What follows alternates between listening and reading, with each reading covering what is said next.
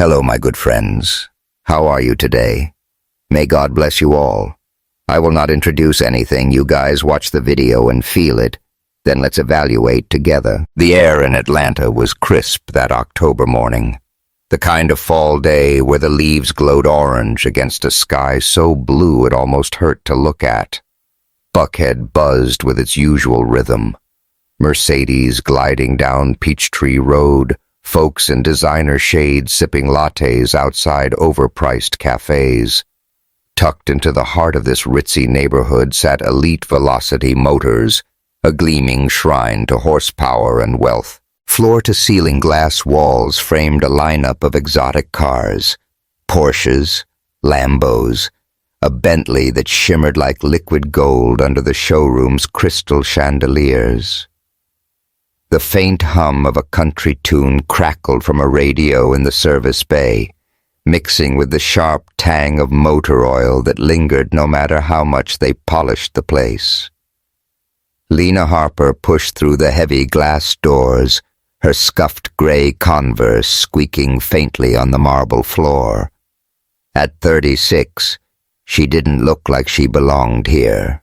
Her faded jeans hugged her legs, a little frayed at the knees, and her plain gray t-shirt had a tiny coffee stain near the hem, barely noticeable unless you were looking for flaws. Her dark hair was pulled back in a messy ponytail, swinging slightly as she scanned the room. To anyone watching, she was just another dreamer wandering into a world she couldn't afford. But Lena wasn't just anyone, she was the quiet force behind Bright Futures Fund, a non-profit that had poured millions into wheelchairs, prosthetics, and hope for kids with disabilities. Years of smart investments had left her comfortable, more than comfortable, really, but you'd never guess it from the way she carried herself. She stopped in front of a raven black Mustang GT Limited, its sleek curves catching the light just right. The price tag dangling from the rearview mirror read $275,000, a number that didn't faze her. Lena tilted her head, imagining her sister Tara behind the wheel.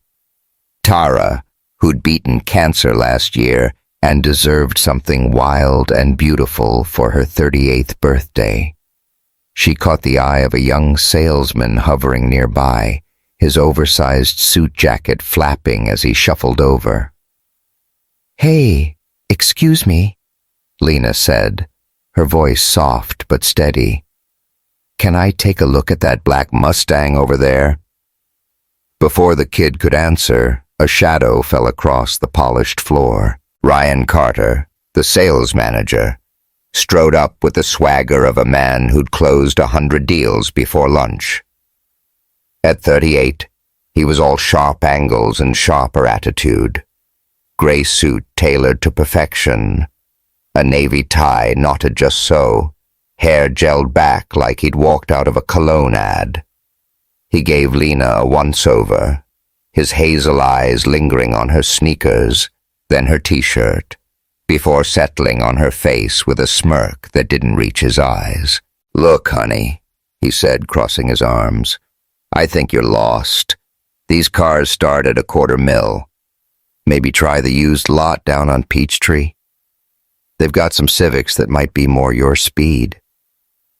Lena blinked, her cheeks warming, not from embarrassment, but from the slow burn of irritation. She'd heard this tune before.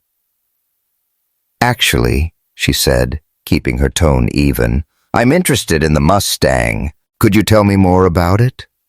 Ryan chuckled, a dry, grating sound that echoed off the glass walls. Behind him, a couple of sales guys in matching polos snickered, nudging each other like they were in on the joke. A woman in a fur-trimmed coat browsing a Ferrari glanced over, her lips twitching with amusement. "Sweetheart," Ryan drawled, stepping closer. "That's a limited edition GT. Only 20 made this year. We don't waste time on tire kickers. Why don't you grab a brochure and dream about it at home?" Lena opened her mouth to respond, but the words caught in her throat as the showroom's chatter suddenly died. A low, unmistakable rumble vibrated through the glass, drawing every eye to the street outside. A beast of a car rolled to a stop right in front of the entrance. An obsidian Rolls-Royce Cullinan, its midnight black finish shifting like oil under the morning sun. Custom rims glinted, and the Spirit of Ecstasy hood ornament stood proud, catching gasps from the crowd inside. Conservative guesses pegged it at $1.5 million. Easy. Ryan's smirk faltered, his salesman instincts kicking into overdrive. He adjusted his tie and started toward the door, already rehearsing his pitch. The driver's side opened, and a uniformed chauffeur stepped out. White gloves, polished shoes, the works. He circled to the rear passenger door and opened it with a smooth, practiced motion. Out stepped Evan Marshall, all 6'2" of him, in a charcoal suit that whispered money without screaming it. His salt and pepper hair was cropped neat, and his posture radiated the kind of quiet power that made people sit up straight. The faint scent of cedarwood cologne trailed him as he crossed the threshold, his dark eyes locking onto Ryan like a laser. "Good morning," Evan said, his voice low and clipped. "I hear you turned my wife away yesterday. Let's talk about that." The air in the showroom thickened, heavy as motor oil. Ryan's jaw went slack, his tie suddenly feeling too tight. Lena stood a few feet away, her arms crossed, watching the scene unfold with a mix of relief and unease. The sales guys stopped snickering. The woman in the fur coat dropped her phone mid-text, staring. Even the radio seemed to hush, leaving only the faint tick of a cooling engine outside. "Sir," Ryan stammered, recovering just enough to plaster on a shaky grin. "I swear, it's just business. We get dreamers all the time, people who can't." "Dreamers, huh?" Evan cut in, his tone sharp enough to slice through steel. He stepped closer, towering over Ryan without even trying. "She was ready to pay cash for that Mustang. You didn't even give her a chance to open her mouth." Ryan's eyes darted to Lena, then back to Evan, his brain scrambling to connect the dots. Cash? This chick in the thrift store get-up? Before he could sputter out another excuse, a new voice joined the fray. Tom Grayson, the dealership owner, emerged from his corner office, smoothing his thinning hair and flashing a salesman's smile that showed too many teeth. "Mr. Marshall, right?" Tom said, extending a hand Evan didn't take. "I'm sure it's a mix-up. We cater to a specific crowd here. No offense meant." Evan tilted his head, studying Tom like he was a bug under a microscope. "Specific crowd," he echoed, letting the words hang. "Funny. I thought money was money." Lena shifted her weight, her sneakers squeaking again. She didn't care about the insult to herself. She'd brushed off worse.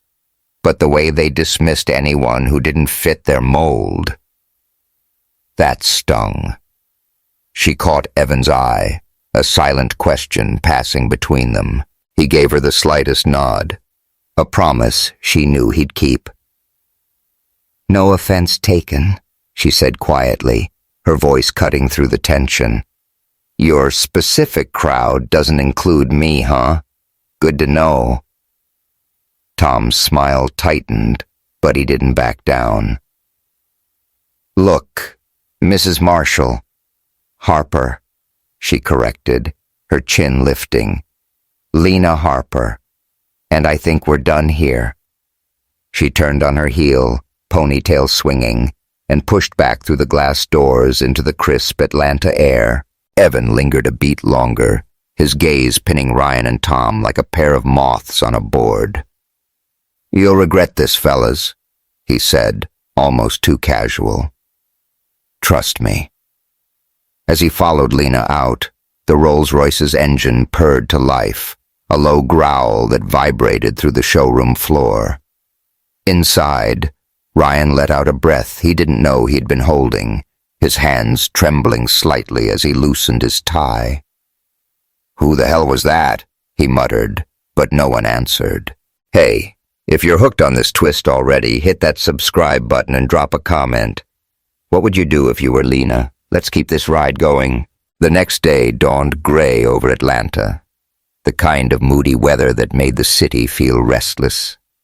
Lena Harper sat on the edge of her king-sized bed in their quiet Decatur home, a 5-acre retreat just outside the urban sprawl. The house was all clean lines and understated charm. Nothing flashy, just the way she and Evan liked it. She tugged on her sneakers, the same scuffed gray Converse from yesterday, and caught her reflection in the mirror. Messy ponytail, coffee-stained t-shirt, jeans that had seen better days. She smiled faintly. This was her, had been since college, since everything changed. Back at the University of Georgia, Lena had been different. She'd rocked high heels and statement necklaces, chasing trends like they were her ticket to belonging. Then one humid afternoon at a campus charity drive, she'd watched a kid, maybe 10, 11, wobble across the quad in a rusty wheelchair, his buddies snickering behind him. "Nice ride, junkyard," one of them had jeered. The boy's face crumpled, and something in Lena snapped. She ditched the heels that night, started volunteering, and never looked back. Bright Futures Fund grew from that moment. Her heart poured into every grant, every smile she coaxed out of kids like him. The money came later, investments and Evan's tech fortune, but the t-shirts, that was her anchor, a middle finger to anyone who thought worth came with a price tag. Now, staring at the folder on her nightstand, bank statements proving 10 million in liquid assets, she felt that old fire flicker. Yesterday, at Elite Velocity Motors, wasn't about her pride. It was about every person who'd ever been sized up and spat out because they didn't look the part. She grabbed the folder, kissed Evan on the cheek as he scrolled through emails at the kitchen island, and headed back to Buckhead. The showroom smelled the same when she walked in, motor oil and money, undercut by the faint buzz of a photocopier spitting out paper somewhere in the back. The Raven Black Mustang GT Limited still gleamed on its pedestal, sunlight bouncing off its curves. Lena adjusted the folder under her arm and caught the eye of Jake Miller, the young salesman from yesterday. His too-big suit jacket flapped as he hurried over, a nervous grin tugging at his lips. "Hey, welcome back," Jake said, scratching the back of his neck. "You still into that Mustang?" "Yeah," Lena replied, her voice steady. "I'd like it in cash, delivered by next Friday. Can you make that happen?" Jake's eyes widened, but before he could answer, Ryan Carter's voice cut through like a buzzsaw. Well, look who's back." He sauntered over from the coffee machine, a styrofoam cup steaming in his hand, his gray suit crisp despite the late morning slump. He gave Lena that same once-over, sneakers, jeans, t-shirt, and smirked. "Nice try, sweetheart. Fake papers don't work here." Lena slid the folder onto the counter between them, flipping it open to reveal the bank letterhead, the numbers in bold black ink. "Not fake," she said simply. "Check it." Ryan's smirk didn't budge. He set his coffee down with a deliberate clunk, leaned over the papers, and let out a bark of laughter. "Oh, this is good. Folks," he raised his voice, turning to the handful of staff and customers milling around. We got a comedian here. Thinks she's gonna waltz in with a sob story and walk out with a Mustang." A couple of sales guys chuckled from their desks. A guy in a polo browsing a Porsche coughed into his fist, hiding a grin. A woman in yoga pants by the Bentley pulled out her phone, angling it like she was about to catch the drama on video. Lena's cheeks burned, not from shame, but from the slow simmer of anger bubbling up. She'd faced this before, sure, but the sheer gall of this guy, turning her into a punchline, that hit different. "Ryan," a quieter voice piped up. Sarah Brooks, a veteran saleswoman with streaks of gray in her dark hair, stepped out from behind a desk. She adjusted her blazer, her eyes flicking between Lena and Ryan. "Maybe cool it. She's legit. I've seen her at charity stuff downtown." Ryan shot Sarah a look that could have curdled milk. "Stay in your lane, Sarah. I've got this." He turned back to Lena, leaning in close enough that she could smell the stale coffee on his breath.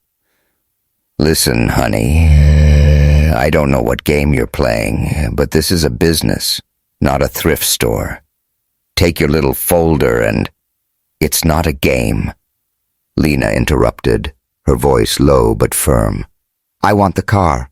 For my sister." "You gonna sell it to me or not?" Ryan straightened, his laugh sharper now, meaner. "For your sister, huh? What's next? A sob story about her sick goldfish? Look, I've got real buyers coming in, people who don't dress like they just rolled out of a laundromat." He gestured at her outfit, then waved a hand toward the door. "Beat it." The showroom went quiet, save for the faint hum of the photocopier and a muffled ringtone from someone's pocket. Jake hovered behind Ryan, shifting his weight like he wanted to say something but didn't dare. Sarah's lips pressed into a thin line, her hands balling into fists at her sides. She'd kept her head down for years, dodging Ryan's ego to keep her paycheck. But this was too much. Still, she didn't move. Lena held Ryan's gaze for a long moment, then nodded once. "Okay," she said, scooping up her folder.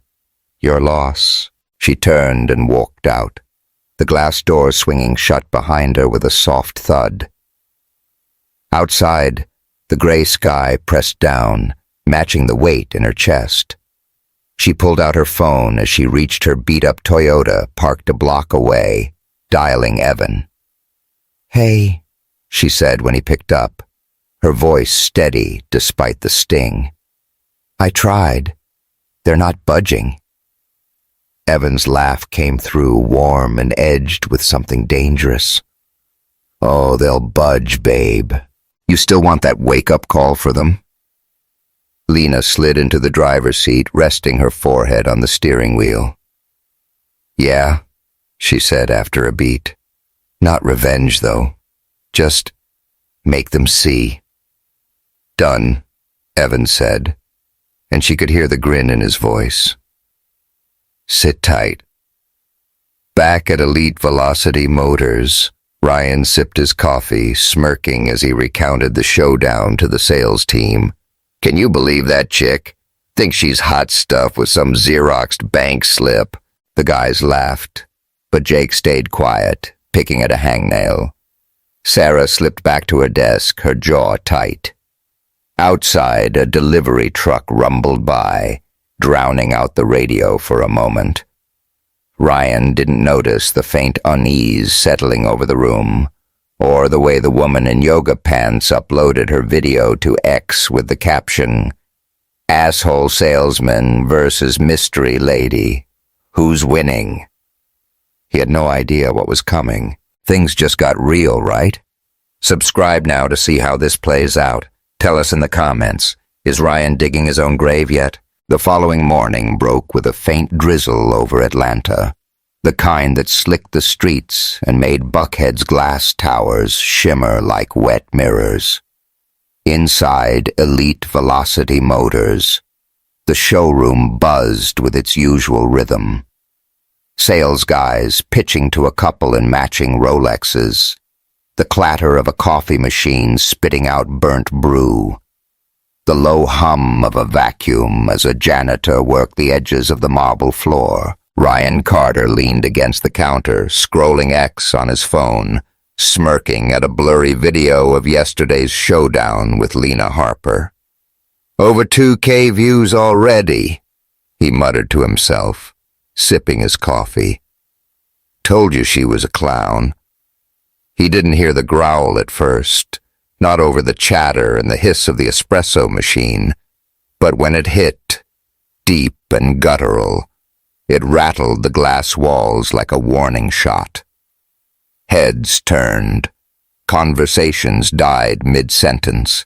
Through the floor-to-ceiling windows, the obsidian Rolls-Royce Cullinan glided to a stop, its black chrome grille gleaming under the gray sky. The drizzle beaded on its hood, sliding off like it didn't dare stick around. Ryan's cup froze halfway to his mouth. He knew that car, had seen it yesterday, and the sight of it now sent a jolt through his gut he couldn't name. The chauffeur stepped out, white gloves pristine despite the damp, and opened the rear door with a click that echoed in the silence. Evan Marshall emerged, his charcoal suit untouched by the weather, his dark eyes scanning the showroom like a hawk picking out prey. He strode through the glass doors, trailing the faint scent of cedarwood and rain, and every eye followed him. Ryan straightened, smoothing his tie with a hand that shook just enough to notice. "Good morning, gentlemen," Evan said, his voice calm but carrying an edge that made the air feel tight. He stopped a few feet from Ryan, hands in his pockets, casual as if he'd just popped in for a chat. "I've got a problem. See, my wife was here yesterday. Twice, actually. Wanted that Mustang over there." He nodded toward the raven black Mustang GT Limited, still perched on its pedestal like a king waiting for a crown. "And you told her to get lost." Ryan's throat bobbed, his salesman grin flickering on like a faulty bulb. "Mr. Marshall, right? Look, sir, I didn't mean any disrespect. We get folks in here all the time who can't."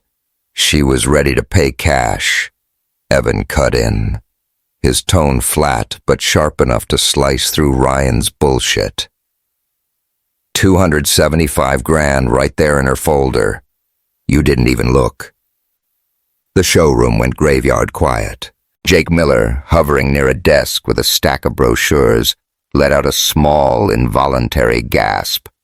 Sarah Brooks, who'd been pretending to type at her computer, froze, her fingers hovering over the keys. A guy in a leather jacket checking out a Lamborghini paused, eyebrows climbing toward his hairline. Ryan's face drained of color, the coffee cup trembling in his grip. "Cash?" he croaked, then forced a laugh that sounded more like a choke. "Sir, she didn't look like—" "Like what?" Evan stepped closer, his voice dropping low, dangerous. "Like she could afford it? Let me fill you in. That's Lena Harper, runs Bright Futures Fund. 50 million raised for kids who'd never get a shot otherwise. Wheelchairs, prosthetics, summer camps. She's been at it since before I met her. And you? You sized her up in those jeans and told her to scram." The words landed like a punch. Ryan's mouth opened, then shut, his brain scrambling for a lifeline. Behind him, Tom Grayson hustled out of his office, his bald spot gleaming under the chandeliers as he adjusted his tie. "Mr. Marshall," he called, plastering on a smile that showed too many teeth. Welcome back. I'm sure we can clear this up. Must have been a mix-up. Evan turned his gaze on Tom, slow and deliberate, like a predator sizing up a second meal. A mix-up, he echoed.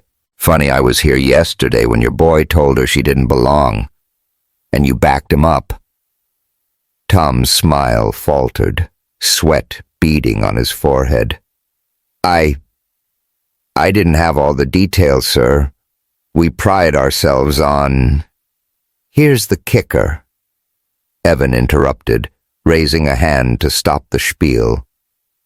I was going to buy that Mustang for her sister. Tara's turning 38. Beat cancer last year. Deserves something special. But that's not all. My company's fleet needs replacing. 7 cars, top tier. And my personal garage could use an upgrade. Was thinking a few million through this place. But now... He paused, letting the silence stretch. I'm not so sure. Tom's eyes widened, dollar signs flashing behind them. A sale like that would blow their quarterly targets out of the water. Mr. Marshall, please, he said, voice cracking with desperation. Let us fix this. Anything you need. Anything? Evan tilted his head, considering. Ryan perked up, a flicker of hope breaking through the panic. Maybe he could salvage this. But then Evan's eyes locked back on him, cold as the drizzle outside. We'll get to that.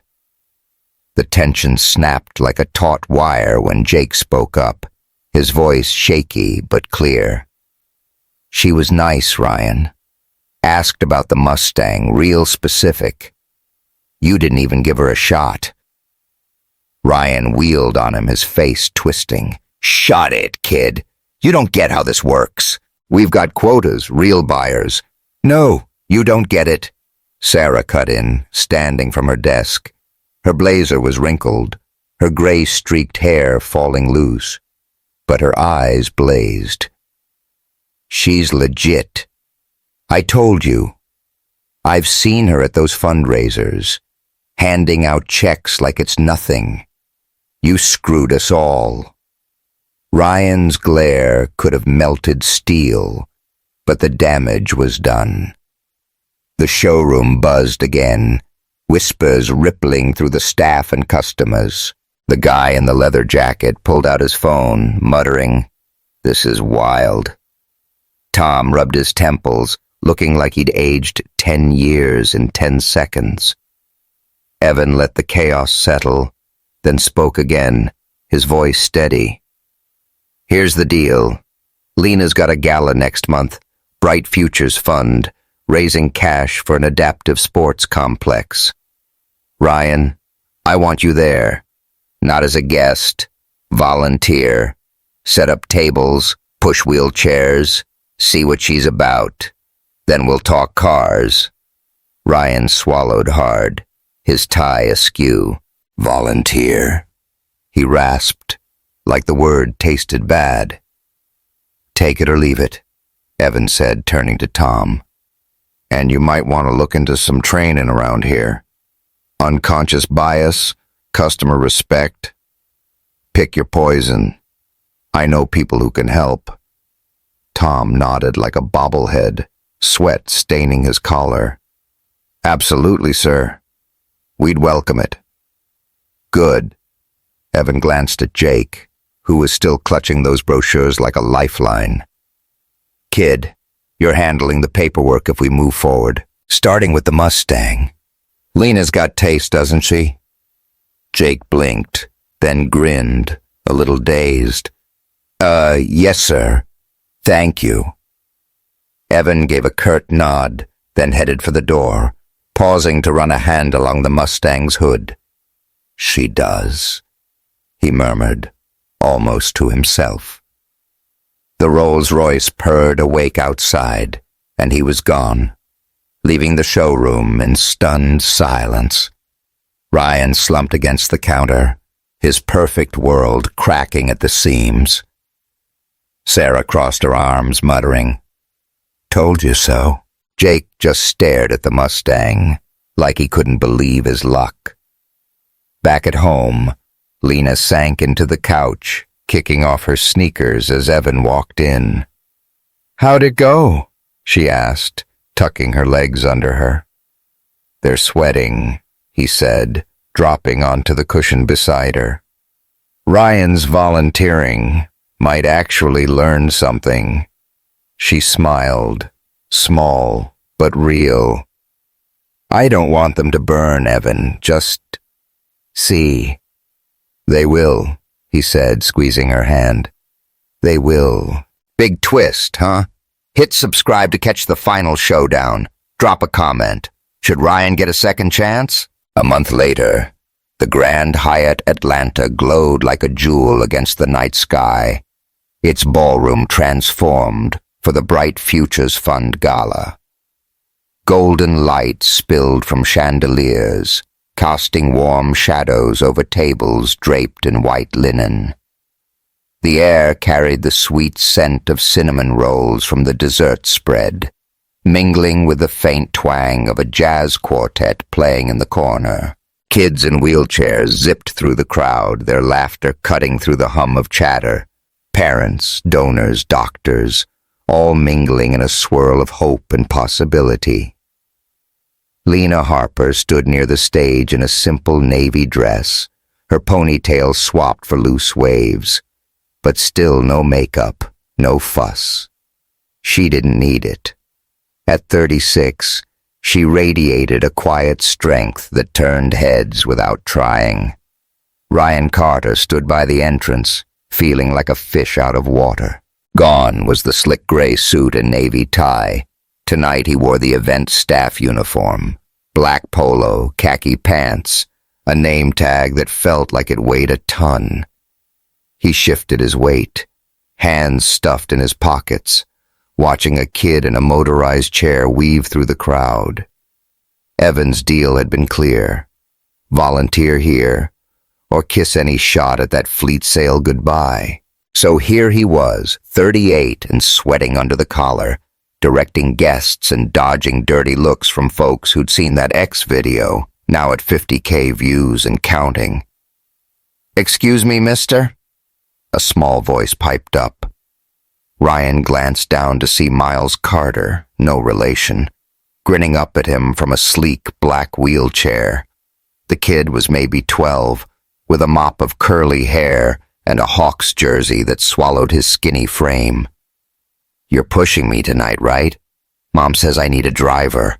Ryan blinked, caught off guard. Yeah, sure, kid." He grabbed the handles, fumbling for a second before finding his grip. "Where to?" "Photo booth." Miles pointed across the room, then twisted to look up at him. "You suck at this, man. You're all jerky. Let me show you." Ryan's jaw tightened, but the kid's grin was so damn earnest he couldn't snap back. "Fine, hot shot. Lead the way." Miles leaned forward, guiding him through the crowd with exaggerated hand signals, barking, "Left. No, your other left." By the time they reached the booth, Ryan was half laughing, half cursing under his breath. The kid was a tyrant, but there was something about him, something alive, that stuck. The night wore on, and Ryan found himself trailing Miles like a shadow. Setup, water runs, even holding a camera while Miles mugged for pics with a group of kids in adaptive gear. Every move peeled back a layer Ryan didn't know he had. He'd grown up dirt poor in Savannah, dodging taunts about his hand-me-downs, clawing his way into sales to prove he wasn't that kid anymore. Funny how he'd turned into the guy dishing out the same crap he'd hated. Watching Miles joke with a girl on crutches, her laugh, loud and fearless, hit him like a brick. This was what Lena built. This was what he'd mocked. Lena spotted him from across the room, weaving through the crowd with a glass of water in hand. She stopped a few feet away, her navy dress catching the light. "How's it going, Ryan?" she asked, her tone neutral but not cold. He straightened, wiping sweaty palms on his pants. "Humbling," he said after a beat, meeting her eyes. "I was wrong about you. About a lot. No excuse." She nodded, sipping her water. "You're right. There isn't. But it's not about me." She tilted her head toward Miles, now showing off a spin move to a giggling crowd. "It's about them." Ryan followed her gaze, his throat tightening. "Yeah, I'm starting to get that." Evan appeared then, slipping through the throng with that easy stride of his, a hand resting lightly on Lena's shoulder. He was in a black sweater and slacks tonight, no suit, but still carried that quiet command. "Blake's sharing insights," Lena said, a faint smile tugging at her lips. "Good ones?" Evan asked, raising an eyebrow at Ryan. Ryan hesitated, then nodded. "I've been an ass. Seeing this, Miles, the others, it's necessary. I get why you do it."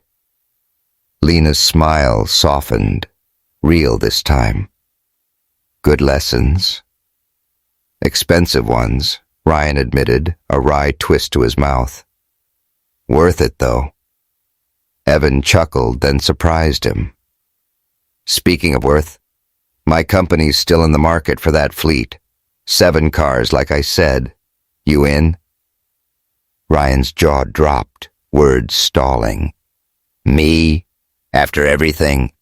Miles wheeled up, cutting in with a grin. "He's cool now, Mrs. Harper. Give him a shot. He's learning basketball from me, but his form's trash." Lena laughed, a sound that lit up her face. High praise from Miles. "Okay, Ryan. You've got a shot." Evan clapped him on the shoulder, firm but not harsh. "Jake says you've been mentoring him at the dealership.